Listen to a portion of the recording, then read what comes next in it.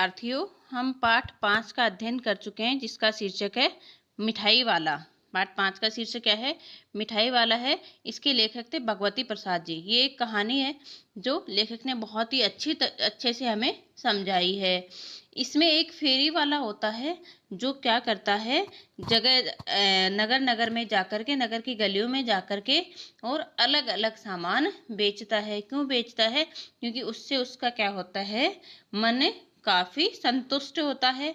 बच्चों को अच्छी अच्छी चीज़ें बेच करके जब बच्चे उसके पास में प्यार से आते हैं तो उसको क्या लगता है, बहुत अच्छा लगता है। आज हम इसके प्रश्न उत्तर करने जा रहे हैं। प्रश्न नंबर 1, मिठाई वाला अलग अलग चीज़ें बनाकर क्यों बेचता था? वह महीनों बाद क्यों आता था? क्वेश्चन क्या है कि मिठाई वाला जो है अलग अलग चीज़ें क्यों बेचता था, वह कई दिनों बाद क्यों आता था? तो उत्तर हो जाएगा कि बच्चे एक चीज़ से ऊब नहीं जाएं। एक ही चीज़ से क्या हो जाते हैं, बोर हो जाते हैं। अगर वो रोज़ खिलौने खिलौने लाएगा तो बच्चे क्या करेंगे, एक बार खरीदेंगे, दो बार, उसके बाद वो नहीं आएंगे, वो वहाँ पर इकट्ठा नहीं होंगे। इसलिए वो एक ही चीज़ से ऊब नहीं जाएं, इसलिए मिठाई वाला क्या करता है, अलग अलग चीज़ें बेचता था। और बच्चों में उत्सुकता बनाए रखने के लिए वह क्या करता था, महीनों बाद आता था। अगर वह रोज आएगा तो बच्चे भी फिर उसको देख के क्या करेंगे, भाई घर वाले वो उनको भी बताया है कि रोज पैसे नहीं देंगे, तो वो रोज उसके पास में इतने प्यार से इकट्ठे नहीं होते हैं जितने प्यार से जब वह महीनों बाद में आता था। साथ ही चीज़ें नहीं मिलने से बच्चे रोएं, ऐसा मिठाई वाला कभी भी नहीं चाहता था। अगर वो रोज आता और बच्चे अपने घर वालों से जिद करते तो उन्हें क्या होता, चीज़ें मिलती नहीं, और नहीं मिलती तो फिर वो रोते। ऐसा मिठाई वाला कभी भी नहीं चाहता था, इसलिए वह क्या करता था, महीनों बाद आता था। अगला हमारा प्रश्न है कि मिठाई वाले में वे कौन से गुण थे जिनकी वजह से बच्चे बड़े भी उनकी ओर खींचे चले आते थे? मिठाई वाले में बेचने के ऐसे कौन से गुण थे तो क्या उनकी वजह से बच्चे सारे उसके पास में बड़े प्यार से इकट्ठे हो जाते थे, बल्कि बड़े भी जो हैं उसके पास में खींचे हुए चले आते थे? तो निम्नलिखित गुण हैं, बच्चे तथा बड़े मिठाई वाले की ओर खींचे चले जाते। क्यों? मिठाई वाले का मादक मधुर ढंग से गाकर अपनी चीजों को बेचता था। मिठाई वाला क्या करता था, मन को मोहित करने वाला बहुत ही मधुर ढंग से गा करके अपनी चीजों को क्या करता था, वो बेचता था।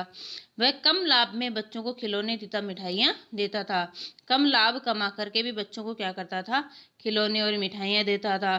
उसके हृदय में बच्चों के लिए क्या था, स्नेह था, प्रेम था। वह कभी भी गुस्सा नहीं करता था। बच्चे जैसे जिद करते थे, कई बार भाग के आते थे, इकट्ठा हो जाते थे, लेकिन वह कभी भी बच्चों पर क्या नहीं करता था, गुस्सा नहीं करता था। और हर बार क्या करता था, वह नई चीजें लेकर आता था, इसलिए बच्चे उसकी तरफ क्या करते थे, बच्चे और बड़े उसकी तरफ खींचे चले आते थे। अगला हमारा प्रश्न है, विजय बाबू एक ग्राहक थे और मुरली वाला एक विक्रेता। विजय बाबू एक ग्राहक थे और मुरली वाला क्या था, एक विक्रेता। दोनों अपने अपने पक्ष के समर्थन में क्या तर्क पेश करते हैं?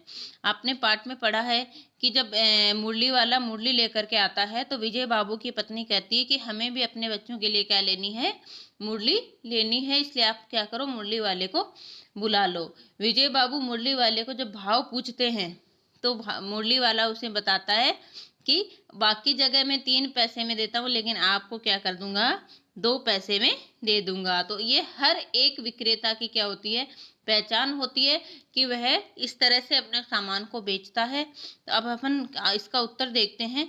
एक ग्राहक के रूप में विजय बाबू अपना तर्क पेश करते हुए कहते हैं कि तुम लोगों को क्या होती है, झूठ बोलने की आदत होती है, सबको एक ही भाव में सामान बेचते हो और ग्राहक को क्या करते हो, अधिक दाम बता करके क्या करते हो, उसके ऊपर एहसान का बोझ लाद देते हो।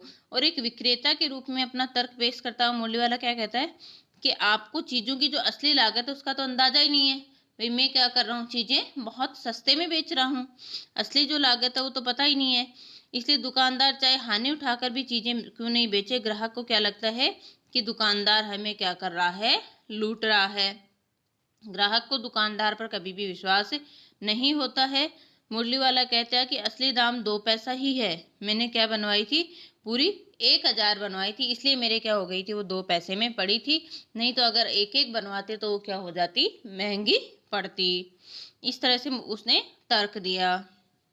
अगला हमारा प्रश्न है, खिलौने वाले के आने पर बच्चों की क्या प्रतिक्रिया होती है? जब खिलौने वाला आ जाता है तो बच्चे किस तरह से प्रतिक्रियाएं देते हैं? खिलौने वाले के आने पर बच्चे खिलौने देखकर पुलकित हो जाते हैं, बहुत ज़्यादा खुश हो जाते हैं। बच्चों का झुंड खिलौने वालों को चारों तरफ से घेर लेता है।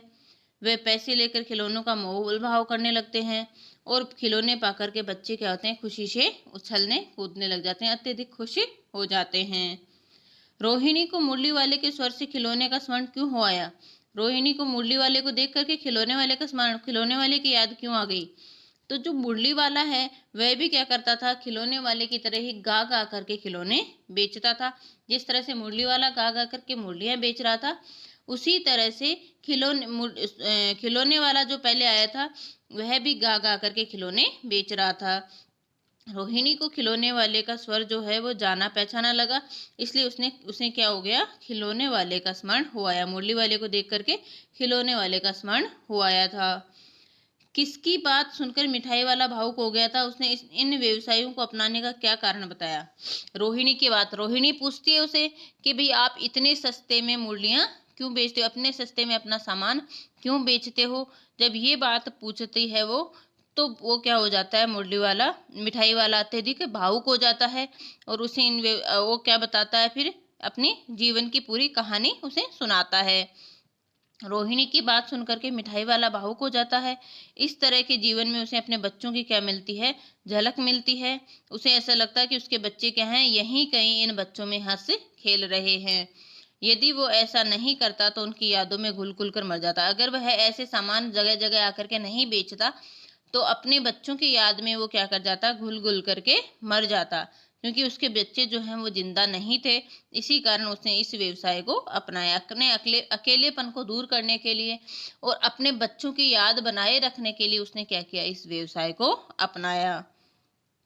अगला हमारा प्रश्न है, इस बार ये पैसे न लूंगा। कहानी के अंत में मिठाई वाले ने ऐसे क्यों कहा?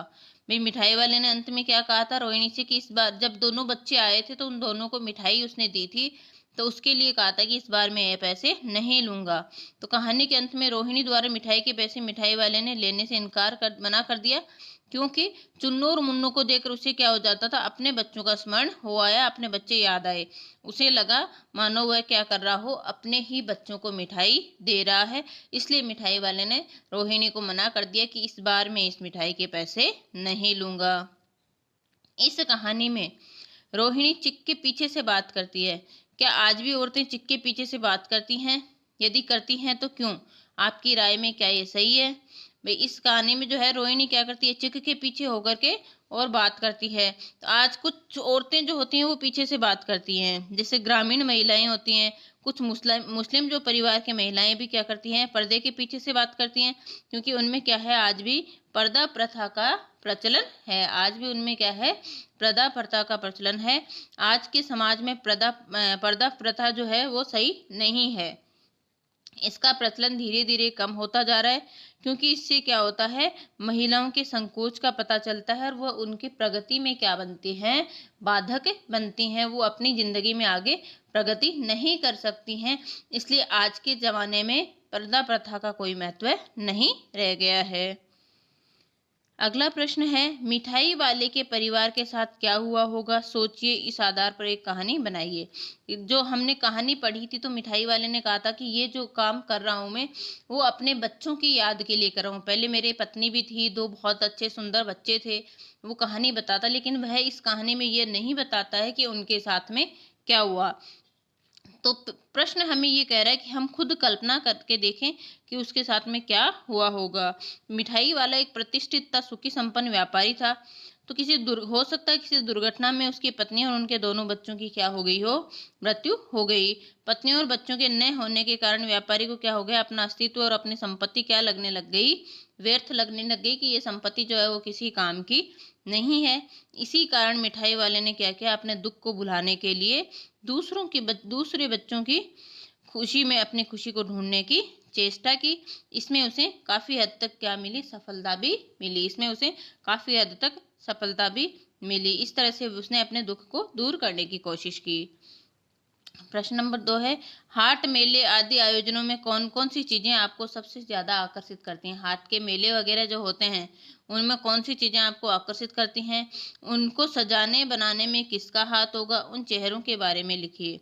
तो हाट मेले होते हैं वो शादी में निम्नलिखित चीजें हमारा ध्यान आकर्षित करते हैं, जैसे मिठाइयाँ, खिलौने, झूले, चाट, पकौड़े आदि जो होती हैं वो क्या करती हैं, हमें बहुत अधिक आकर्षित करती हैं।